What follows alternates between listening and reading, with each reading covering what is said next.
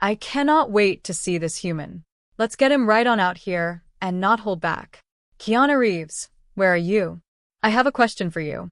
Really? Yes. I have a very important question for you. Yes. Is this the chair that Keanu Reeves sat in? It is. When he said, if you're not going to fight for your love, what kind of love do you have? Is this the chair? It's the very chair. Oh my God. Because if you don't fight for your love, what kind of love do you have? No, I'm kidding. Girl, I need you to stop what you're doing right now because 15 women, Oscar winners, pop icons, A-list actresses, they all said the same thing about one man. Did Sandra Bullock have a crush on Keanu? Yes. Big time. Wah. Did you all get together? Did you date him? Never dated him. Really? There's just something about me that I guess he didn't. And the stories they told, some are hilarious, some are genuinely sweet. You'd be bored. It's back when I used to make out with your cardboard cutout, and I had to. One actually made me tear up a little. I have so much love and respect and for him, and one involves a wardrobe disaster on the biggest red carpet in the world that nobody talks about. This is the tea on Keanu Reeves, and it hits different every single time. Number 15, Kelly Riapa. Okay, we're starting here because I need you to understand the level of devotion we are dealing with. Kelly Riapa, daytime television royalty woman who has interviewed everyone, went on her own show and told Keanu Reeves to his face that she used to make out with a cardboard cutout of him. You'd be bored. It's back when I used to make out with your cardboard cutout. Not in some embarrassed back in the day way. Straight up present tense energy. Zero shame. Here's the context.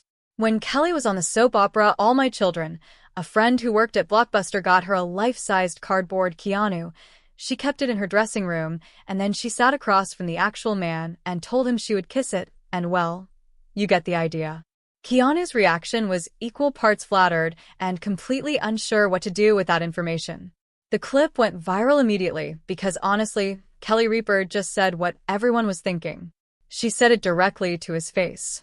He took the compliment with this quiet little smile and moved on. Number 14, Rosie O'Donnell. This one is different from every other story on this list, and that's exactly why it belongs here. In October 2025, Rosie O'Donnell appeared on the Australian show Sampang Tonight and was asked to name her best and worst talk show guests ever. One of the worst, who I love the guy, but he's not good on talk shows. Keanu Reeves.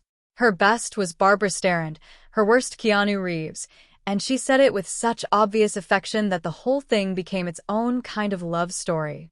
She described his 1997 appearance on The Rosie O'Donnell Show when he came in to promote The Devil's Advocate. The show was live, no retakes, and Keanu simply would not talk. She asked him how he was feeling. He said, "Good." That was it. "Good morning. How are you?" "I'm good. I'm good." She asked him about working with Al Pacino. Silence, then one word.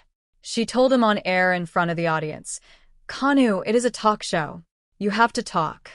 She finally pulled out a Bill and Ted action figure just to get a reaction out of him. And when he admitted on air that he was not comfortable with talk shows, everything clicked. He wasn't being difficult. He was just being completely, painfully, hopelessly himself. Rosie closed the story by saying, "He's a lovely man and a good-hearted guy. I don't want to throw him under the bus." He came back in 2001 and, by her own words, got the hang of it. But the first time she earned that one. Number 13, Gwyneth Paltrow. Before Gwyneth Paltrow was an Oscar winner or a wellness empire, she was just a young fan with a major crush on Keanu Reeves, like completely gone over him. She talked about it on the Good Hang podcast with Amy Poehler. And the way she told it was so refreshingly human for someone who normally seems like she was born fully formed at a Cannes premiere. She said Keanu was her very first real crush, her first, and she was so far gone over him that when it finally came time to move on to someone else, she went all the way to Judd Nelson's chaotic bad boy energy in St. Elmo's Fire as her next obsession, which honestly tells you everything about where her head was at. The detail that gets me is that she said this casually, laughing at herself like it was ancient history that still makes total sense because it does. "I laughed, I cried a number of times, I sweat, I danced, I got." Even Gwyneth Paltrow, who has since dated and married some of the most famous and attractive men alive, still talks about Keanu Reeves as her first real one. He ruined everyone else slightly. That seems to be a pattern. Number 12. Paula Abdul. This story permanently changed how I think about Keanu Reeves' whole mysterious image, and I need you to sit with it for a second. In 1991, Paula Abdul was at the absolute peak of her career. She personally requested Keanu for her Rush Rush music video. Very cinematic, very romantic, a whole rebel without a cause aesthetic. He was the brooding leading man. That was the assignment. But before they had even officially met, Paula walked past his trailer. The door was slightly open.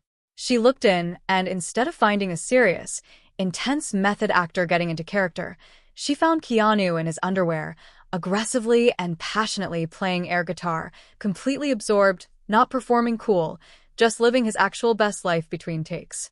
Paula's exact words were, "I said that's my boyfriend. Where my boyfriend, Buzz, goes over the cliff." The whole thing is so far from the stoic, mysterious legend the internet has built around him that it almost doesn't compute. And then she revealed that their big on-screen kissing scene was filmed at 4 o'clock in the morning as the sun was coming up. Both of them exhausted and sleep-deprived and giggling and completely improvising. The mystery, the brooding, the intensity, all of it disappears the moment you hear that this man was doing air guitar in his underwear 20 minutes before one of the most romantic music video shoots of the decade. Number 11. Diane Keaton. In 2003, Keanu Reeves played a doctor who falls genuinely and completely in love with Diane Keaton's character, a woman in her 50s, in the romantic comedy Something's Got to Give. And he played it with total sincerity. No irony, no winking at the camera, just real warm, completely respectful love. Diane Keaton never forgot it. 17 years later, at the 2020 Oscars, they were asked to present an award together. They walked on stage, completely ignored the teleprompter, and spent the entire segment telling each other how wonderful the other was. Live television in front of everyone. The internet lost its mind because the chemistry was so warm and so real that people genuinely weren't sure what they were watching. Keanu later told Stephen Colbert that working with Diane Keaton changed his life. He described watching her spin in a little circle before every take to throw herself off balance just to keep the performance alive and real. He said she was fearless. He said knowing her changed him. And that moment at the Oscars, the way they looked at each other, the way he spoke about her, you could feel that it was true. He didn't need to say it for the cameras. He'd already been saying it for 17 years. Number 10. Charlize Theron. Charlize Theron has worked alongside some of the most difficult, most ego-driven men in this entire industry across a very long and very decorated career. Especially in my career, because I tend to have people in tears. Definitely after almost 20 years of doing this, a new experience for me. She has seen everything. And yet, when someone asked her about Keanu Reeves after filming The Devil's Advocate with him in 1997, she said, "He is the most polite person I have ever met in my entire life. Not the most professional, not the nicest actor, the most polite person, period." What specifically caught her attention was that Keanu treated the absolute lowest level crew members, the catering staff, the runners, the grips who carry things around all day with the exact same courtesy and patience as the directors and producers. Please and thank you every time to everyone on set. On 1990s Hollywood film sets where ego and hierarchy were basically the whole culture, that was extraordinary. They worked together again in Sweet November in 2001, and she said the exact same thing the second time around. When Charlize Theron, with everything she has witnessed in this industry, says you are the most polite person she has ever encountered in her life, that is not a PR line. Go look up their archived press junket footage from 1997. Watch how easily she leans into him. Watch how she laughs. You can see it in her body language before she even says a word. Number 9. Lori Petty. Point Break is iconic. The chemistry between Keanu and Lori Petty on screen looks effortless and sun-soaked and completely natural. The reality of filming it was the opposite of all of that. Lori revealed that their famous romantic night swimming scene required them to be in the actual ocean for 14 straight hours. Not a long day on set, 14 hours in freezing water until the sun literally came up. They were cold, and exhausted and running on nothing. And Keanu never once complained to the crew, just stayed present and focused on getting the scene right. But here is the detail that broke the internet when it finally came out. During their famous screen kiss, Laurie playfully grabbed his belt loop without any warning at all. No choreography, no heads up, and the genuine surprise that flickered across his face in that moment. Real, unscripted, completely caught off guard. That is what ended up in the final cut of the film. That electricity you feel watching it is real. Also, and I love this detail, none of them had ever surfed before filming. Not Lori Petty, not Keanu, not Patrick Seas. They all learned from scratch for the most famous surfing movie of a generation. The audacity is honestly inspiring. Number 8, Amanda Dad. This is the story most people haven't heard, and it shows something about Keanu's character that the other stories don't. In 1991, Amanda Data, a young British TV host at the time, had Keanu on her show to promote Point Break. She was completely taken by him the moment he walked in. The enormous problem was that she was 2 months pregnant and married to John Taylor from Duran Duran. She wrote about it in her memoir, It's Messy, with full honesty. Within minutes of meeting him, she made subtle advances toward Keanu, and he gently, quietly turned her down. Not in a way that humiliated her, not dramatically. He just saw a chaotic situation involving someone vulnerable, and he stepped back from it. Amanda understood later that he did this because he is, in her own words, a man of hardcore ethics. They stayed in each other's lives. Years later, after her divorce, they dated briefly, and today they are near lifelong best friends. She has said he is one of the 2 people who fully restored her faith in men after years of tabloid exploitation and industry manipulation. A 27-year-old at the peak of his fame. A beautiful, well-known woman making herself available, and he said no because it was the right thing to do. That's the story. Number 7, Kate Beckinsale. The year is 1993. Kate Beckinsale is making her debut at the Cannes Film Festival. She has no styling team. She bought a cheap bodysuit from an airport shop to wear under her dress, and she gets into the limousine with Denzel Washington, his wife Peta, Robert Shaw Leonard, and Keanu Reeves. Then the entire bottom of the bodysuit pops open at once. Every snap, the fabric, in her exact words, flipped up like a roller blind.